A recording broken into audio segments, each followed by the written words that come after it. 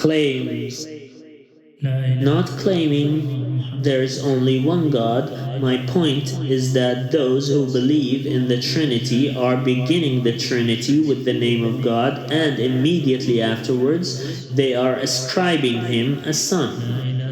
It sounds as though every time someone says the Trinity, they are becoming believers at the first sentence, then becoming a disbeliever at the second sentence, going from belief to disbelief in a matter of seconds.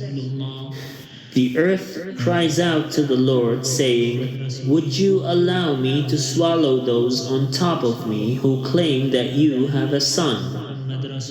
It is as though earth knows what God feels when he is ascribed a son and promises to take revenge on those humans who cause God to be angry. It is not impossible for God to allow the earth to swallow them up. He just gives them respite and delays them, lest some of them would use the devil's story as an excuse, saying, "You gave Satan respite. Why not us?" It is by actual satanic influence that the Trinity became a sacrament. It is as though the devil and demons knew that God would never guide those who believe, then disbelieve, then believe, then disbelieve again, and increase in their insolence.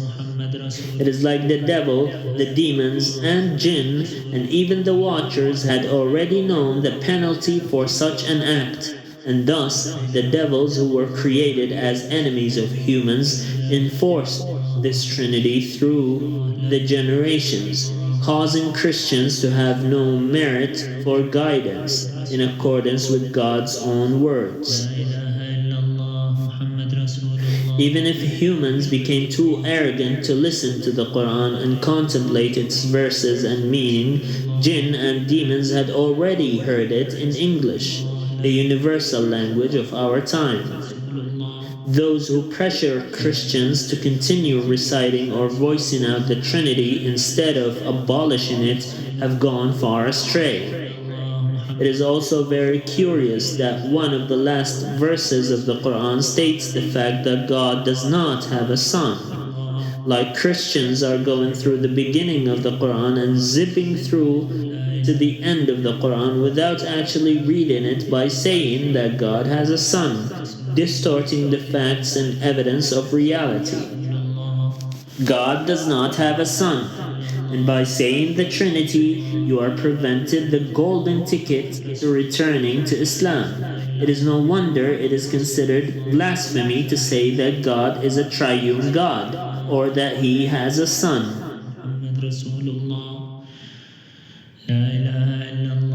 No, as a computer science degree graduate, I would say that artificial intelligence is not trained as humans are trained.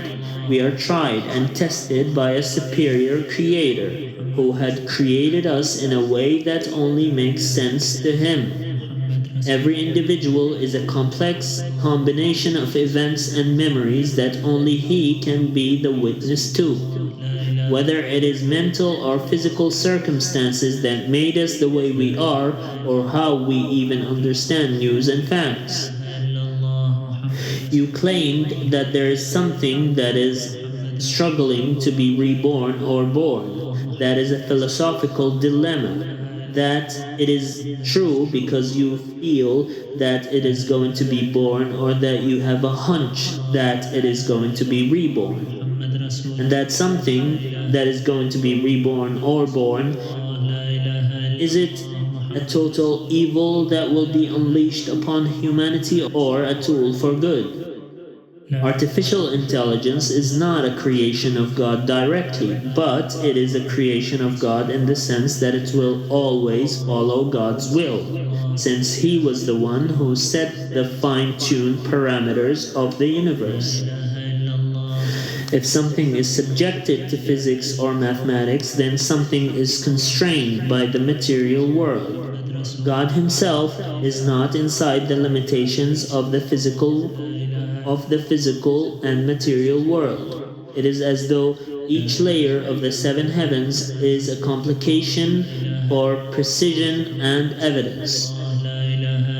Artificial intelligence will never be given any ability that supersedes the abilities of an innovation by humans. It will never have consciousness because humans cannot yet understand it themselves, and therefore will not even have subconsciousness to have any of the average criteria necessary to become elevated to the rank of being a creature of God, especially since God had allowed humans to call all things He created whatever they want.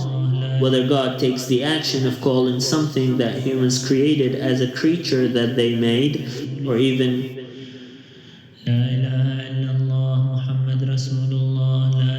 whether God takes such actions as an offense, a wrong committed, or a sin in the biblical sense, He would not be able to tell. We would not be able to tell. We would not know God without having the will to interact with Him and recite His words. AI will never be able to demonstrate love as one would feel reciting scripture.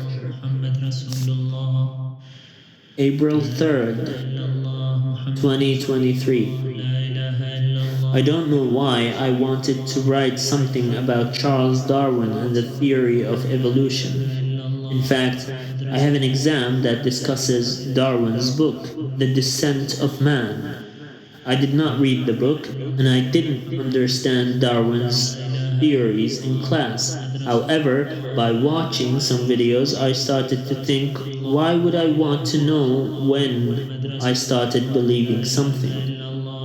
To me, I had a previous idea of natural selection, being that people are selected through how faithful they are. Therefore, natural selection to me was in one's relationship with the Creator rather than without. La ilaha illallah Muhammad Rasulullah.